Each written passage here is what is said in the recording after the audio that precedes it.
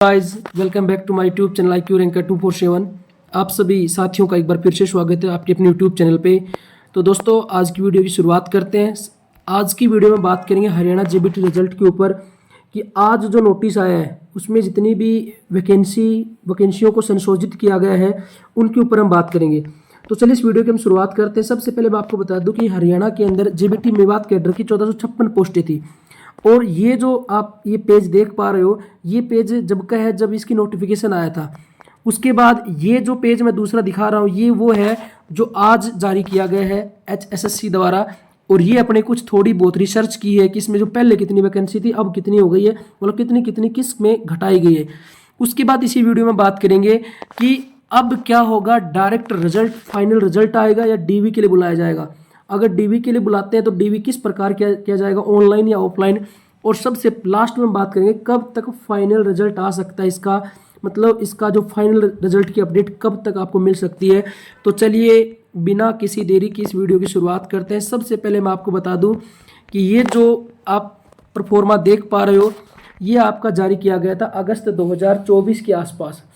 इसमें जो है जनरल की जो वैकेंसी 607 थी, SC की 300, BCA की 242, 170 BCB की और EWS की थी 71 वैकेंसी। मतलब टोटल वैकेंसी का लगभग 5% कोटा इनको दिया गया था। उसके बाद जो कोर्ट केस हुआ उस कोर्ट केस के अंदर इनकी जीत हुई और 10% कोटा इनको मिल गया। मतलब 10%, 1456 का 10% निकालेंगे तो लगभग 146 वैकेंसी इनकी बनती है। अब 146 वैकेंसी जो 71 में जुड़ी है वो इन्हीं जनरल, SC, BCA और BCB इन्हीं में से कट करके इनमें ऐड कर दी है। तो देख पा रहे हो ये जो है आज जो आया वो है, मतलब जो है जनरल की 607 थी पहले, अब 582 हो गई है। SC की 300 थी, 285 हो गई है। ठीक है, BCB की 170 थी, 155 हो गई है। ऐसे अब देखो EWS की वहाँ पे 71 वैकेंसी थी और लगभग 75 वैकेंसी प्लस कर दी है तो 146 वैकेंसी हो गई है।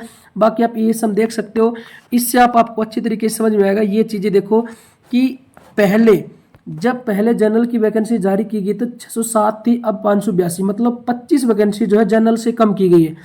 अब ये 25 बच्चे जो जनरल वाले हैं जिनका मेरिट में नाम आया था, अब ये बच्चे जो हैं बाहर होने की चांसेज है। ठीक है, क्योंकि जनरल के बच्चे बाहर होंगे तभी तो नए बच्चे जो EWS की इंटर करेंगे, क्योंकि वैकेंसी तो 1456 ही है। SC की 300 पोस्टें हैं, अब कितनी हो गई 285, मतलब 15 पोस्ट इसकी कम कर दी गई है। BCA की 242 थी स्टार्टिंग के अंदर, 14 पोस्ट इसकी कम की गई है, 228 हो गई है। BCB में 170 थी, 155, मतलब अब SC, BCA और BCB इसमें 15 वैकेंसी कम की गई है, जनरल में 25। और इस तरीके से EWS की 75 वैकेंसी है वो क्या हुई है, इंक्रीज हुई है। यहाँ पर ESM कोटा जो जनरल वाले हैं पहले 50 वैकेंसी थे, अब 44 हो गई है। ESM BCA में कोई ज़्यादा चेंज नहीं है, SC में 5 से 6 हो गई और BCB में 5 थी, 5 ही है। तो ये तो थी कि भाई किस में कितनी वैकेंसी घटी है। अब इसका होगा क्या, देखो जो बिल्कुल बाउंड्री लाइन के ऊपर जो बच्चे थे उनको थोड़ा सा नुकसान हो सकता है, बाकी ज़्यादा चिंता करने की ज़रूरत नहीं है। अब अपने का जो काम है जो हम कर सकते हैं वो क्या कर सकते हैं वो सुनो ध्यान से। अब होगा क्या, अब आयोग जो है इसके रिजल्ट तैयार करने में लगा है। अब रिजल्ट यहाँ पे दो तरीके से निकलेगा दोस्तों, डायरेक्ट रिजल्ट, मतलब एक तो डायरेक्ट फाइनल रिजल्ट आ सकता है और दूसरा जो है DV हो सकता है। अब अगर फाइनल रिजल्ट डायरेक्ट दे देते हैं तो यहाँ पे बच्चों को नुकसान होगा, क्योंकि जैसे 1456 में से आप ये मान लो 456 जो बच्चे ऊपर वाले हैं ना, वो ऐसे बच्चे रहेंगे जो ना तो ज्वाइन करेंगे क्योंकि ऑलरेडी पहले किसी ना किसी जॉब के अंदर है, तो 1400 वैकेंसी मतलब 1000 वैकेंसी भी फिल नहीं हो पाएंगे अगर डायरेक्ट फाइनल रिजल्ट आता है तो। और आधे बच्चों को समझ में नहीं आएगा कि हो क्या हुआ, मतलब हो क्या गया, एकदम से रिजल्ट आएगा और आधों का होगा आधों का नहीं होगा, पता ही नहीं लगा क्या हुआ। मतलब ये बोलेंगे कि भाई DV जो है हम आपका डायरेक्ट फाइनल रिजल्ट देने के बाद मेवात के अंदर कमेटी बना देंगे कि जो मतलब वहाँ पे पहले मेवात के अंदर कोई भी जैसे वहाँ पे कमेटी बना के कि पहले वहाँ पे ऑफिस में जाओ, वहाँ पे जो सिलेक्टेड कैंडिडेट होगी उनकी बात करो। ऐसा हो सकता है, वहाँ पे जाना आपको, उसके बाद आपको स्कूल मिलेगा तो स्कूल में आपको ज्वाइन करना है, ऐसा हो सकता है। लेकिन यहाँ पे ये चीज़ जो है बच्चों के लिए घातक सिद्ध हो सकती है। अब मैं बात करता हूँ कि DV अपने को क्या प्रयास करना है किसी भी प्रकार की सोशल साइट हो, एचएसएस से जुड़ी हुई हो, उस पर एक ही चीज़ कह रही है कि अपने को जो फायदा होगा ज़्यादा, अपने को फायदा होगा ऑफलाइन डीवी। अपना टाइम ज़्यादा लग जाए लेकिन अपने को ऑफलाइन डीवी पे कंसंट्रेट करना है। अगर ऑनलाइन डीवी भी करवाते हैं तो भी अपने को चल जाएगा, कि ऑनलाइन डीवी करवाने से पहले अपने को एक लिंक देना पड़ेगा कि उस लिंक पे आप जो है अपने डॉक्यूमेंट सबमिट कर सकते हो, हम ऑनलाइन डीवी कर लेंगे। देखो सबसे बेस्ट तो ऑफलाइन है, कि जो बच्चा ऑलरेडी जॉब में है वो पंचकुला आके डीवी नहीं करवाएगा। हाँ ये हो सकता है ऑनलाइन डीवी हो जाए तो वो उसके पास लैपटॉप है, कंप्यूटर है, वो बैठा बैठा ऑनलाइन डीवी के लिए अपने डॉक्यूमेंट सबमिट कर देगा, कि ताकि देख लेंगे भाई होगा कि नहीं होगा।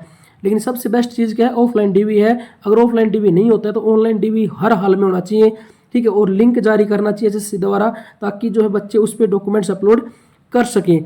और डायरेक्ट फाइनल रिजल्ट आना जो है सबसे खराब चीज़ होगी।